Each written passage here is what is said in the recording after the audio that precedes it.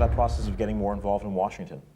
Sure. Well, getting involved in policy was never something I thought I would do. And in fact, when I started to get involved, just prior to that, I was in the throes of building my company. I was working and teaching in an academic hospital in Boston, and I really had my hands full.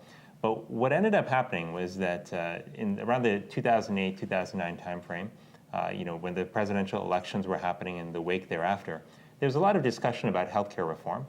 And in that setting, there was a lot of excitement that people around the country had about the possibility of improving our healthcare system, in particular, the possibility of bringing coverage to millions of more people around the country. And I found myself intrigued by this conversation because as a practicing physician, I had realized the challenges that we were facing in our current healthcare system. I realized that a lot of things worked well, but a lot of things didn't work well, and that it was incumbent upon us to fix it. But I noticed one thing which was interesting to me, which is that among my colleagues in the medical profession, there was a lot of cynicism and doubt about whether this kind of real changes would actually happen. There was concern that the voices of healthcare providers, of nurses and doctors and others who deliver care every day, that their voices wouldn't be at the table when it came to shaping health reform.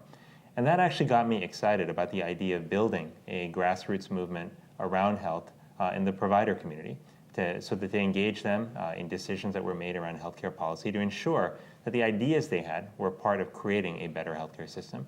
That's what ultimately got me involved in policy through beginning an organization called Doctors for America.